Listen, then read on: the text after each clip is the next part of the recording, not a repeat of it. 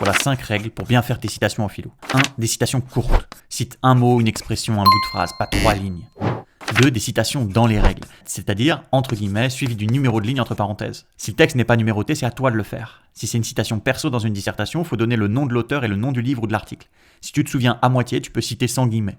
Par exemple, citation hyper précise pour avoir 18, Montesquieu, au livre 4 de l'Esprit des lois, affirme que le commerce adoucit les mœurs barbares. Et le modèle pour avoir 14-15, moins précis, Montesquieu, dans l'Esprit des lois, affirme que le commerce favorise la paix. Là, tu te souviens de l'idée, mais pas des mots exacts.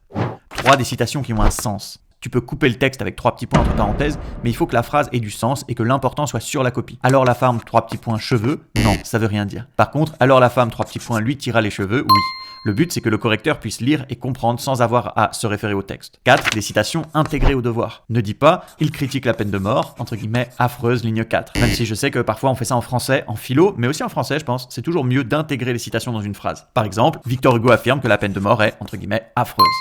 Tu peux adapter les terminaisons ou les accords pour que ça fonctionne. Par exemple, si dans le texte Victor Hugo dit que tuer des gens c'est affreux, tu peux dire dans ton devoir, l'auteur affirme que la peine de mort est affreuse, en corrigeant la terminaison entre crochets. Enfin 5, des citations commentées. Il faut toujours expliquer une phrase qu'on cite. On peut pas dire, comme dit l'auteur, comme si c'était clair pour tout le monde. Tu dois expliquer. Donc pas de oui, toi et moi on sait bien ce qu'il dit là. Après la citation, tu ajoutes c'est-à-dire, ou ce qui signifie, ou encore autrement dit. Et là tu peux reformuler, définir un terme ou une expression et donner un exemple. Par exemple, Montesquieu, au livre 4 de l'Esprit des lois, soutient que partout où il y a des mœurs douces, il y a du commerce. Autrement dit, le commerce est la marque d'une société portée sur l'échange plutôt que sur la guerre.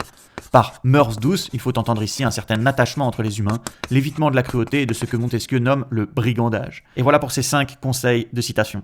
À bientôt.